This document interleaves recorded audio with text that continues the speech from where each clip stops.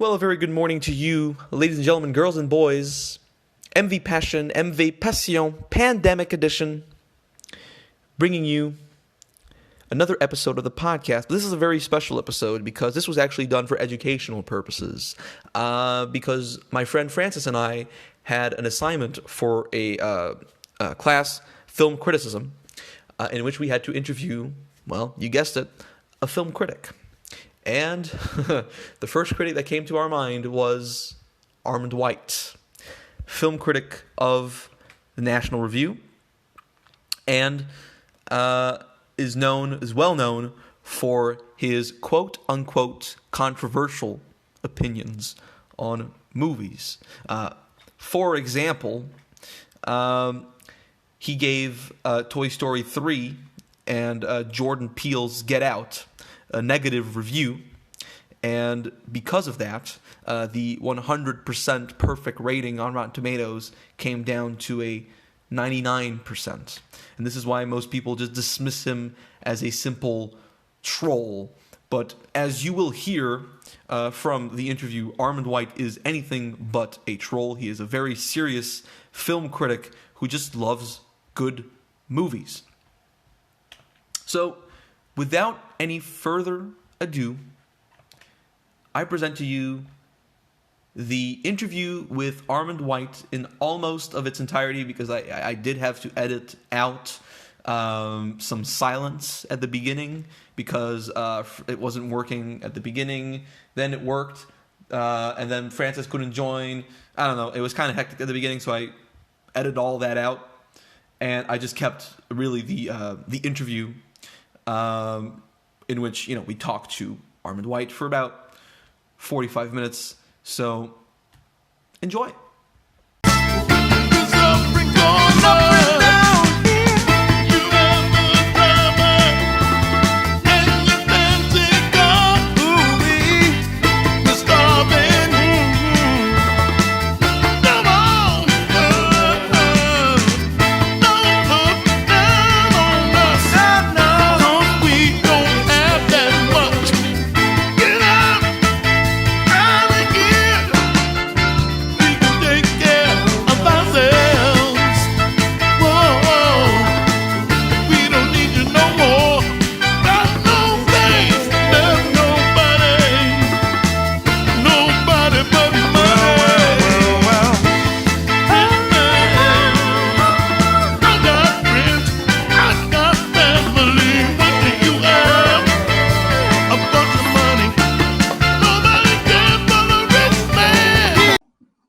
Cool.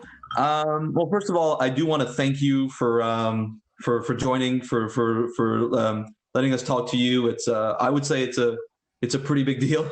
So I do want to thank you for accepting the opportunity for us to interview you. Well, I'm flattered that you asked. So thank you. All right, great.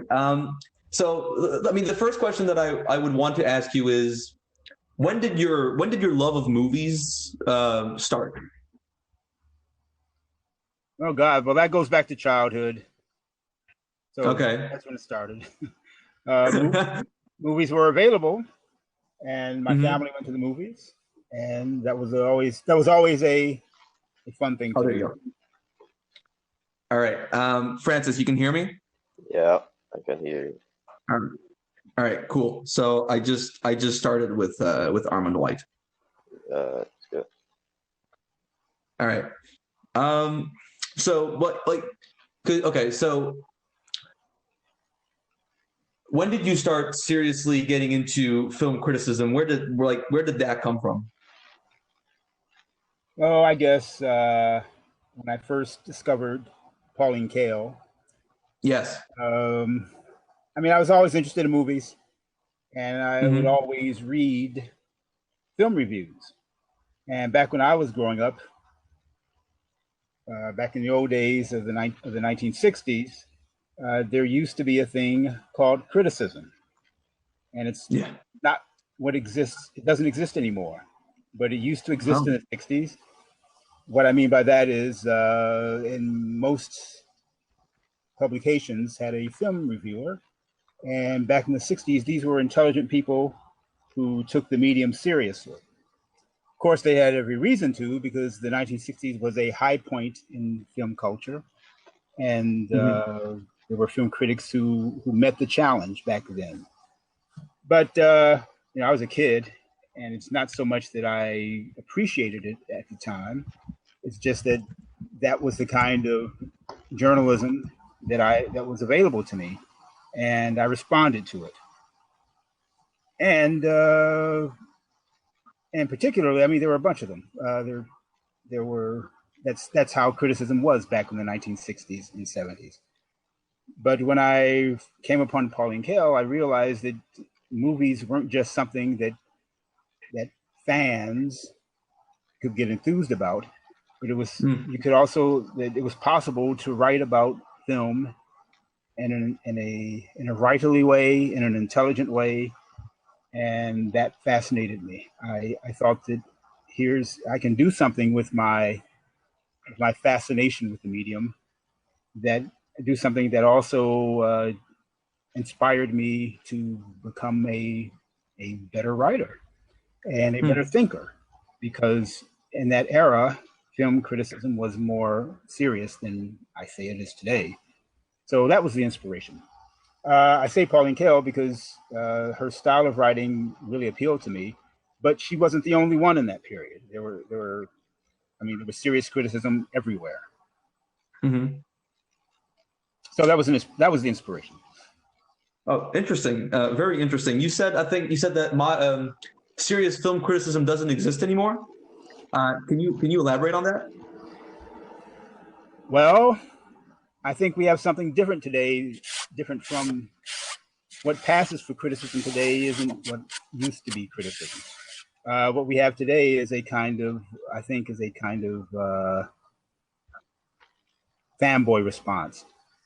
A few years ago, when Entertainment Weekly announced its changed format, it said that it would be interested in recaps and super fans.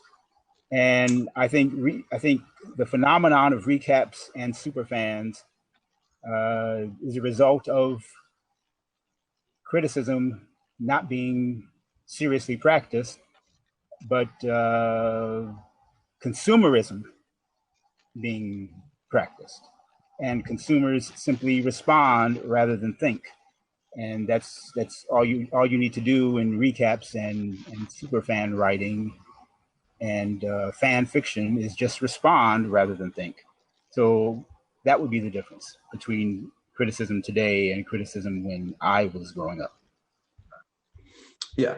Do you have a question? So you mean by super fan? Is it like the people that want the movie to be 100% certified fresh on Rotten Tomato or something like that? Probably those kind, but really, I would imagine that the term superfan, I didn't invent it. I did not invent it, but how I understand it is a superfan is a fan, someone who is enthusiastic rather than someone who thinks critically. They just love it. They're happy to indulge in it and talk about it rather than to think about it critically. So it's just someone who would rather obey consume than just, Yes. Think about it. That's it. Wow. And there's a larger difference also, and that which has to do with changes in education from 50 years ago and today. So that matter that's to be considered as well. Do you have an example of that? No. well, how about an example of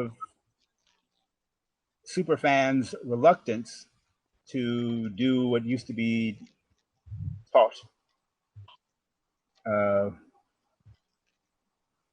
Used to be called comparative literature. Superfans seem uninterested in comparative literature, which is a way of measuring new content by old content. I always feel that how do you know? The only way you know what's good is if you had examples of greatness and excellence in the past. And the superfan mentality doesn't bother with that, doesn't care about that. They just love what's in front of them, I would say. So comparative literature, comparative thinking used to be taught. I suspect it's not taught anymore, just as history is seldom taught these days. So that makes a difference in the kind of writing we get about culture. Is this what happened with people just loving Bong Joon-ho's Parasite instead of thinking about it critically? Sure, but that's just one film. Yeah, of course. It happens with all films, I think, unfortunately. Probably superfans don't have anything to compare new movies to. They just love the new movie.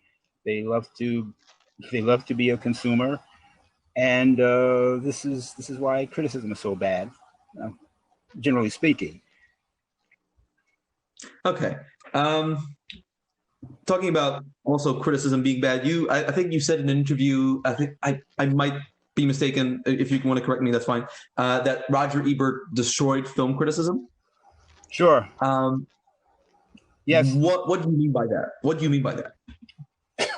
He made it, by the way, back in the 1960s and 70s, he was not one of those serious critics I was referring to before. When Roger Ebert got his television program at the movies, or the various other names that it went under, sure. He turned the profession of film criticism, he turned it into television.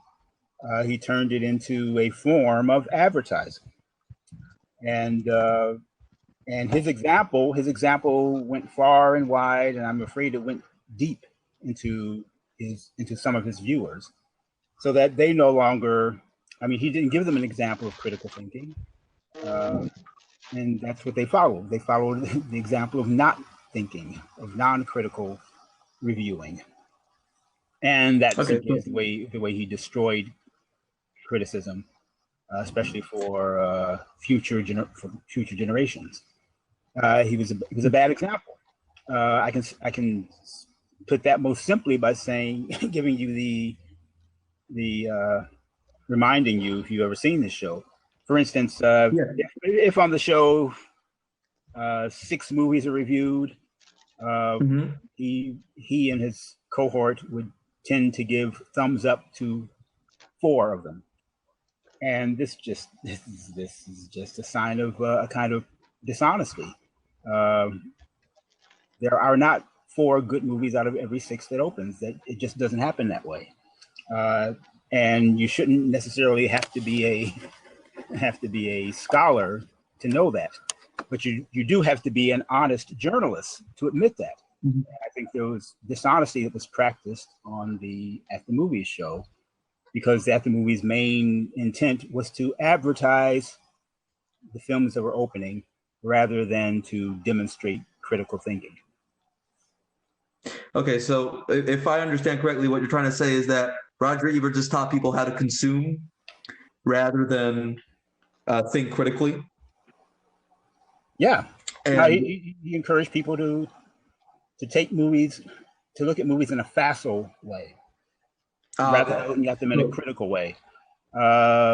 His pretense of enthusiasm overwhelmed any attempt at thinking critically, and that was a terrible example for many people, especially many impressionable viewers. Who were who were as interested in movies as I was as a young person, but if their main example was Roger Ebert rather than Andrew Sarris or John Simon or Pauline Kael or Dwight McDonald, look what happened. The profession was destroyed. All right. Do you have any film critics that you like? Or maybe I'll put it this way: the profession was trivialized and then destroyed. Okay. Do you have any film critics that you like that work today, or none? Not many. Okay. Not many, and the reason for that is because shall we hang that on Roger Ebert as well? Roger Ebert's example not only affected impressionable viewers, I fear that it also affected many publishers and editors who wanted just that kind of reviewing rather than, they wanted facile TV style reviewing rather than real critical thinking. And so over time, more and more facile reviewers were given the job. When I went to film school at Columbia, I was surrounded by brilliant people who wanted to be critics, but they couldn't get the job, and because they weren't facile enough, or they weren't simplistic enough, and so that's what we've got today for the most part. Which is not to say that there are not some serious and good writers out there, but not many. And also, I'm concerned with doing my best, more concerned with doing my best criticism, critical thinking, and writing. I'm more concerned with that than in reading so much poor reviewing these days. It's painful. It's painful to read some of this junk, and so it's best to ignore it. As much as possible. I do check in just to see what's in the air and what the buzz is, but so often the buzz is disappointing because there's no expertise and no honesty behind it. Do you think the decline of criticism and the consumerism idea is the fault of the number of movies increasing every year? Like the number of movies that are being produced? I think it's a cultural change. That's all. No matter how many movies are released, people still need to think critically about them. And there's little in our culture today that encourages critical thinking. For instance, this is not too far off topic. The entire idea of binging is a cultural catastrophe. You can't binge and think. That's true. And so if that's what's popular, and if that's what's pushed in the media and in the culture, then that's another example of how critical thinking is discouraged these days.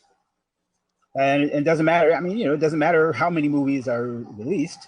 You have to apply critical thinking to every one that you look at, and that's not happening often. So you'd interesting. say, I agree with the. I just want to say I agree with the binging. It's a total catastrophe. You can continue, Francis. So you'd say it's something like Netflix changed the culture because of its binging ideology that people seem to like a lot. I don't think Netflix changed the culture, but it took advantage of that. It took advantage of that change that had already happened, and so it has not helped the culture. All right. All right. Speaking of film culture or just movies in general, what are some of your favorite movies that came out last decade? Oh, I have to refer you to my decade review article that was printed in January National Review. I mean, there's a lot of them. I think some of the highlights would be the last great expressions of Alain Resnais during the past decade. I would say the rise of S. Craig Zahler is a good example. Oh, yes. Great films like Marco Bellocchio's Vincere. Great films like Terence Davies' Quiet Passion. Great films like John Boorman's Queen and Country. Great films like Andrei Tishina's Being 17 and Moshan Makhmalbaf's The President. Lots of good stuff. All right, because I remember because I watched your interview with Greg Gutfeld. I think it was in 2018. You really weren't a fan of S. Craig Zahler's Bone Tomahawk, right? What happened between Bone Tomahawk and Brawl in Cell Block 99? You'd have to ask S. Craig Zoller what happened. all I can tell you is I saw Bone Tomahawk and was repulsed by it, and I saw, and then at Greg Gutfield's urging, I saw Riot in Cell Block 99. As I said to Greg Gutfield, after Bone Tomahawk, I didn't want to see another movie by that guy. I thought it was just overdone and gross in ways I couldn't justify, and so I wasn't interested. But at Gutfield's urging, I watched Cell Block 99, and to me, that's almost a different animal. I think it was clear from that film that S. Craig Zoller was a serious movie maker, and the Vince Vaughn and Don Johnson performances were extraordinary. Everything worked in that film for me the way nothing worked for me in Bone Tomahawk. It's possible that I could go back to Bone Tomahawk and probably find some virtues in it now, because now that I've gotten a handle on how S. Craig Zoller thinks and works, whereas the experience of Bone Tomahawk was a new thing to me, and so it's possible that I could go back to it, but I'm not really interested in going back to it. But I may. And then all the things that impressed me in Riot in Brawl in Cell Block 99 were confirmed in Dragged Across Concrete. So it's apparent to me now that he's a major filmmaker, and the first film might deserve rewatching. Why not? All right. You talked about S. Craig Zoller being a serious filmmaker. What do you mean by that, being a serious filmmaker? Oh, well, to put it simply, well, you guys ever see the Albert Brooks film called The Muse? The what? There's a film by Albert Brooks called The Muse, M-U-S-E. No, I did not see that. It's a lesser Albert Brooks film, but it's still an Albert Brooks film, which means it's very clever, and I like it. Anyway, he plays a screenwriter in the movie, and in the opening scene, he's involved in a traditional Hollywood ritual, which is award giving, and award receiving. So his character receives an award as a screenwriter, and he's introduced as being one of the era's finest screenwriters. He's written X number of films, some of them dealing with the human condition. It's a joke. Okay. It's a great joke. Because I didn't see it, so I can't. Very few movies actually deal with the human condition. S. Craig Zoller deals with the human condition. That's why I call him a serious filmmaker. He's not interested in making Game Boy movies, if I can use that phrase, or toy movies. He's interested in telling stories that explore what it means to be human, that also explore what life is like in this moment. And if he does it well enough, his movies will tell us something about what life is like, what life has always been, and will continue to be. He takes the human condition seriously, and that is the subject, at least of these past two films that he's made, and that's a sign of seriousness. He also displays. He also gives evidence that he's developing his own craft. And that makes him interesting too. He's not telling stories the way everybody else does in Hollywood. He's telling stories his way. And so that's of interest to me. And when he does it well, his effort is to be respected. All right. Is that why you think most movies aren't good nowadays? Is that filmmakers basically just tell the same thing over and over and over again? Sure, and this goes back, I guess, to what I said earlier about difference in education, how education has changed. When I was going to school, we were taught that great art all great art was about the human condition. That great art was not about how you kill time and have fun by killing time, watching people do silly things. Uh, Great art told you something about yourself and about others. Human condition, from Shakespeare on, and before Shakespeare even. But that's what art is supposed to do. That's what I was taught, and I fear that students are not being taught that anymore. They're just being taught to consume. Well, I can confirm you that we are definitely not taught about the human condition in film studies. I can definitely Yes, confirm. and if you're not being taught that, what else you got? Really, I mean, that's it's what saying that great films are about the human condition. There's nothing else to make movies about except to kill time. Um, this has to continue. That tradition needs to be sustained. It needs to be sustained in schools. It needs to be sustained in Hollywood. It needs to be sustained by critics, most of all. Interesting. Okay, so there's one movie that I would say you really like that I really couldn't stand, and I want to know, I really want to know why you like that movie, and it's Jack and Jill with Adam Sandler. What's so great about Jack and Jill? Oh, I made a joke in that review, saying referring to an Ernst Lubitsch film. Do you know who Ernst Lubitsch is? Maybe, I don't know. Ernst Lubitsch. Yeah, you're not gonna get far in Oh, your he did. appreciation He did of To Be or Not to cinema. Be. Pardon me? He did To Be or Not to Be.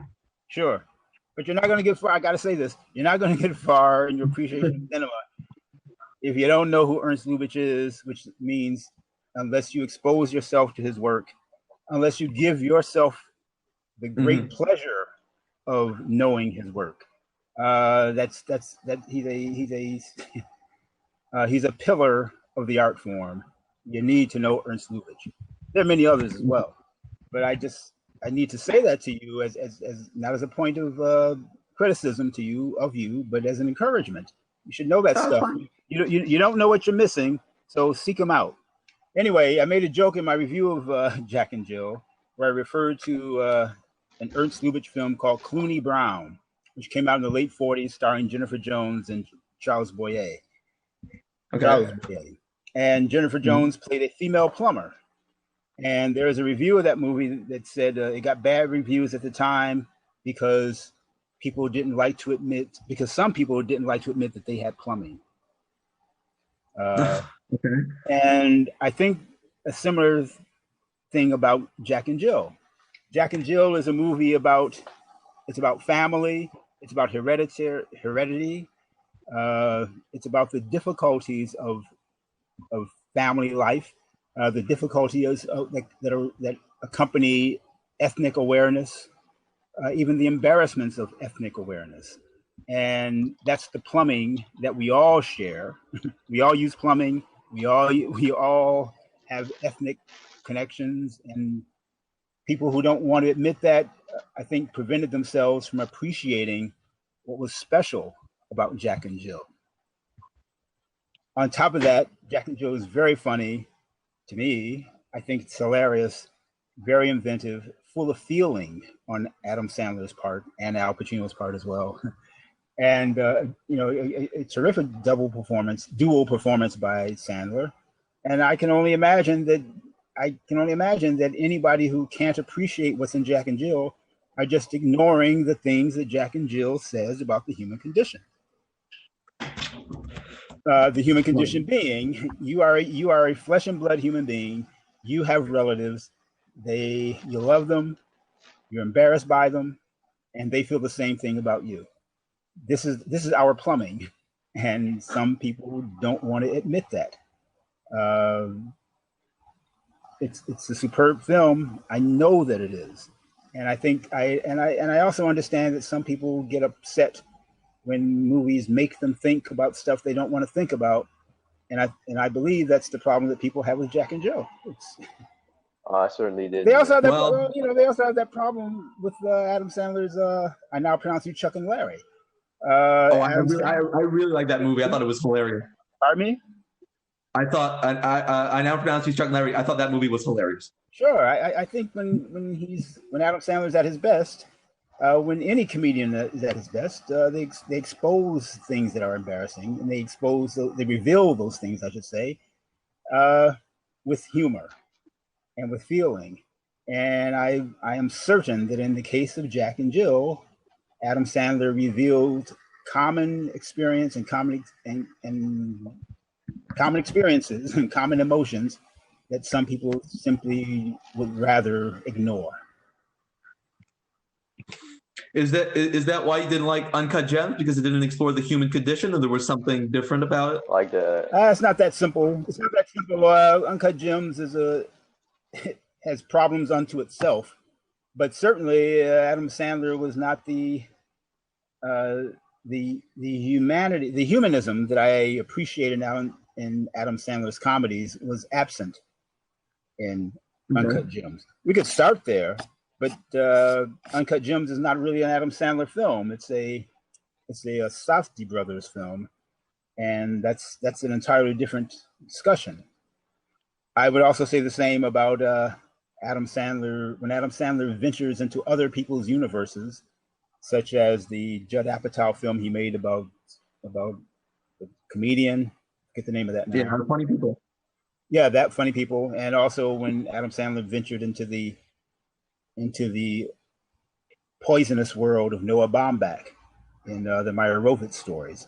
When Adam Sandler is in other people's universe, his full artistry is not realized. He's doing other things than what he's good at. All right, do you have a question, Francis? Do you want to ask? So you have praised Zack Snyder throughout the decade. I was wondering if could you elaborate why he is such a master, as I think you said? Well, my immediate answer to that is look at the movies. Just look at them. Get a DVD, turn off the sound, and look at them. The man knows how to make images. This is becoming a rare skill, but he knows how to make images. He knows how to use movement, and then beyond that, he's also interested in mythology. And what is mythology except the way that human beings explain their existence, explain their traditions to themselves. And he understands that that's why, among other things, why comic books are of interest to people.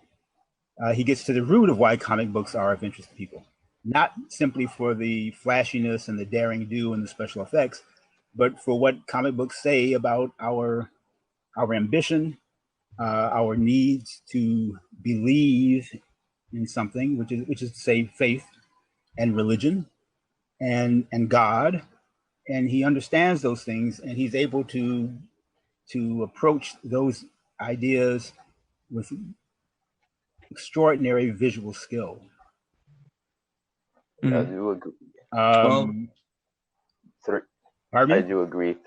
His movie 300 is very unique visually, and I'd say, yeah, he focuses on the mythology of superheroes, because I think some people say the superheroes are, modern Greek mythology, which I don't see much in Marvel movies. Right, that's the difference, and maybe we can't escape the education problem. I guess if young people have not been taught Greek mythology, if they've not been taught the Bible, if they've not been taught Shakespeare, they might wonder why is Zack Snyder being so serious. But But that's why he's being so serious, because he's aware of Greek mythology, the Bible, and Shakespeare. The greatest examples of how the human condition is expressed, and that's the tradition he's following. He's not following the Hollywood tradition of simply exploiting one popular art form to make money. Yeah, that's why I would say superhero movies like Man of Steel I think Man of Steel is the best Superman movie ever made. I have no shame in saying that. I did not like Justice League, however, because of the Joss Whedon reshoots they were just horrendous. This is why I say release the Snyder cut. But yeah, I agree with what you said about him being a visual artist. His movies just look incredible. Yeah, they look amazing. Yes, as I think back on it, previous versions of Superman movies and Batman movies don't match the imagery that Zack Snyder has created. Yeah, and even the Snyder-esque parts of films like Justice League are visually astounding, and that's, don't throw the baby out with the bathwater. I mean, as you watch movies like Justice League, and even parts of I would say his influence on Suicide Squad, look at the quality of images there. That's special. We forget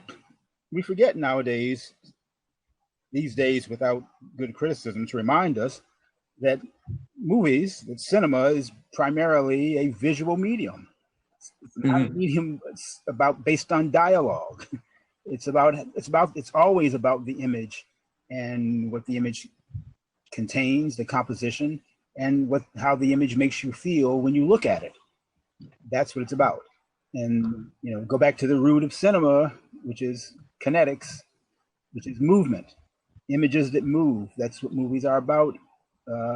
There were movies before there was dialogue. There are great movies without dialogue, more or less, and people forget that.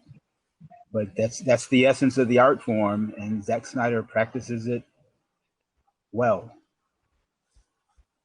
Yeah, but like Marvel movies, they all look the same. Also, they don't have any. Well, some of them kind of have, I would say, differences visually, like James Gunn's movies, but most of them kind of look the same, which is a problem. Well, sure, that's always a problem, and I challenge you. There is not a James Gunn image. There is not a oh God, who the brothers that did Russo? The Russo brothers. Yeah, the Russo brothers. There's not a single Russo brother image that can match that moment in Justice League, where Superman looks at the side of his eye at the Flash. Yes, that's so powerful, and that's because Zack Snyder is a cinema artist, and the other comic book directors might as well be making TV sitcoms. So would you say? I think you have praised one of the Transformers. So would you say that Michael Bay is also a visual artist? Oh, absolutely. But he's a different kind of artist than Zack Snyder. But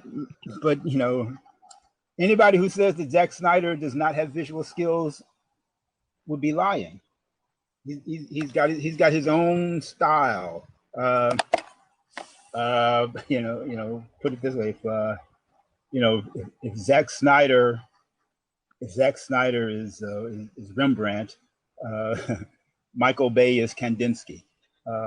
Both artists, they just make different kinds of paintings, and but Michael Bay can make images. He can make images that move. Transformers: Dark of the Moon, I think that's the title, is really a dreadful movie. But that sequence where the destruction of Chicago is an amazing thing to behold. The Russo brothers, James Gunn can't do that. No, they can't. Noah Baumbach can't do that. Spike Lee can't do that. Alfonso Cuarón can't do that. Well, that is true. I actually like that movie, Dark of the Moon. I think it's pretty entertaining, but probably because of that climax in Chicago where just everything just blows up visually. And I don't know. I kind of really like Michael Bay. I think Bad Boys 2 visually is really, really, really something. But the movie's not that good. Well, funny you mentioned Bad Boys 2 because I'd seen the films that Michael Bay had made before that, and I didn't care about them. Yeah. I think they were part of that Bruckheimer Simpson machine, which is junk, really.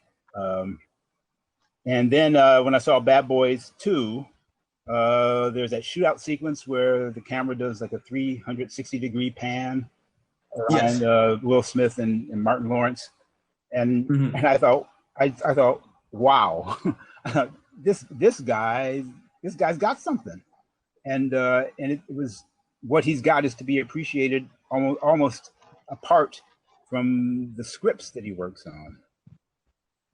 He's got his own original visual technique. He's got his own original vision that also was apparent in another film of his whose title escapes me right now. But anyway, Bad Boys 2 was the one that told me I need to pay better attention to Michael Bay, and he's come through, especially in what I consider his masterpiece, which is Pain and Gain.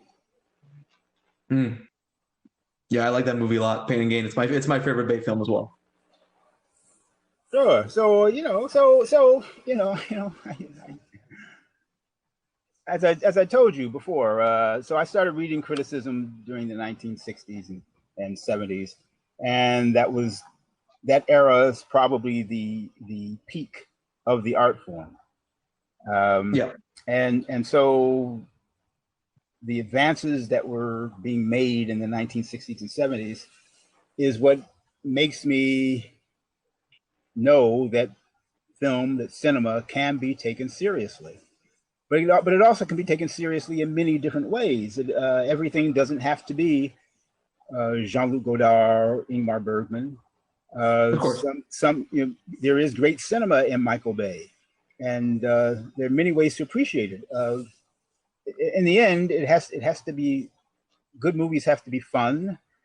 There are many different ways of describing fun, but they have to hold your interest they have to hold your interest visually. They have to hold your interest intellectually too. That doesn't mean that they have to be boring. That doesn't mean that they can't be fun. But they all must in some way deal with the human condition. And the great moment of 60s world cinema showed the various ways that cinema can be a great visual art form and can be a great expression of human experience, human consciousness. It might seem kind of false to apply those words to Michael Bay, but Michael Bay, as I said, he works like Kandinsky. He works like a true avant-garde visual artist, probably from the abstract art school. But that also tells you something about human perception, and that's what makes his films fascinating. The signature Michael Bay shot, which is an uptilting view of something happening overhead. Tells you something about our experience as human beings, as people with our special senses of sight and sound. When a filmmaker can do that well, that makes him worthwhile, and that can also make movies fun. And fun doesn't need any justification. But our ideas of fun there ought to be standards for what we call fun too, by the way. So I've always wondered what it would be like to be in your shoes. So I wanted to ask, what is it like to be a highly controversial critic? Does it bother you in any way, or do you relish in it? Well, one thing that I learned from the critics who influenced me is that you have to be able to stand on your own 2 feet. So like not given to the consensus, that's that's the way. and not Pardon me? given to like the general consensus or something. Right, and not give a damn when people talk badly about you simply because they don't share your opinion, and because I know that what it really means is that they're incapable of arguing what I say. Whenever someone resorts to an ad hominem attack or name calling, that means they've lost. That means they can't sustain an argument, and so they helplessly resort to calling names. And so that's when you know that they've lost and they don't have an argument, and they're just floundering.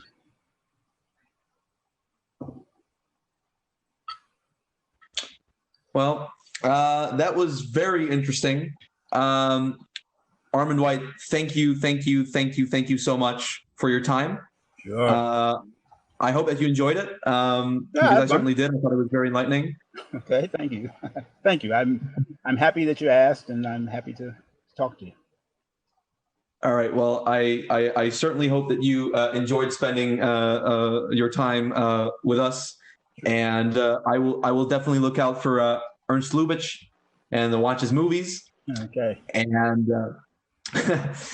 yeah. So thank you very much. Look for Lubitsch. Look for von Sternberg. Being interested in film, it's an adventure. And I can tell you that from my own experience, it's an adventure that one also grows into, and I guarantee you will find that some movies that you have no feeling for right now might very well appeal to you later in life. And the interesting thing is that the movies don't change. The movies are what they are. You change. That's true of me and everybody else. So if you're, Lubitsch, von Sternberg, Griffith, you should know those things as your starting point. But you'll appreciate them later if you don't appreciate them now. I'm sure. Of course. I'm only 21, so definitely there's so many movies out there. There's so many filmmakers out there that I can discover, that I can explore. Obviously, there are some movies that came out last year that a lot of people really loved that I didn't really care for. Parasite is one of them, but whatever. That's another discussion. There's a world of great movies out there waiting for you, and don't be afraid. Don't be afraid of the past. The greatest glories are in the past, frankly. Once you start to explore silent cinema, and you see what people were doing 100 years ago, you will be amazed. If not today, then next week or next year, but you will. That's great stuff. I was alluding to the 60s moment of film history. Primarily for me, I identified with the French New Wave. And one thing about the French New Wave that is extraordinary to me is that they appreciated silent cinema. They knew that everything that they liked about movies came from there. And so I pass that on to you as well. That's don't ignore the past. Well, thank you. Like I said, I'm going to thank you again for joining us. I hope that you enjoyed it, and that's it. So I really appreciate your time, and yeah. All right, so have a great Francis. Happy Thursday. Yes, happy Thursday. Happy Thursday to you. Great to you as well. Have a great day, and we'll publish it, so you'll be able to share it. You'll be able to listen to it after as well. So thank you so much. Okay. All right. Bye. Bye-bye. Well, there you have it, folks. This was an epic interview with Armond White. I hope that you enjoyed listening to the interview as much as I enjoyed talking to this legendary film critic. You can always subscribe to the podcast on Apple Podcasts, on Anchor.fm, on Spotify, on Google Podcasts. I will probably upload this on YouTube as well. And now I just hope to have a good grade. That's really what I hope for as well. And more guests are coming. I can confirm that next Thursday, Pacific Sound 3003 is coming to MV Passion to talk about his music, to talk about other things as well. And that episode will be the first episode in French. All right, guys. Take care, everybody. Stay safe and wash your hands. We'll talk to you later.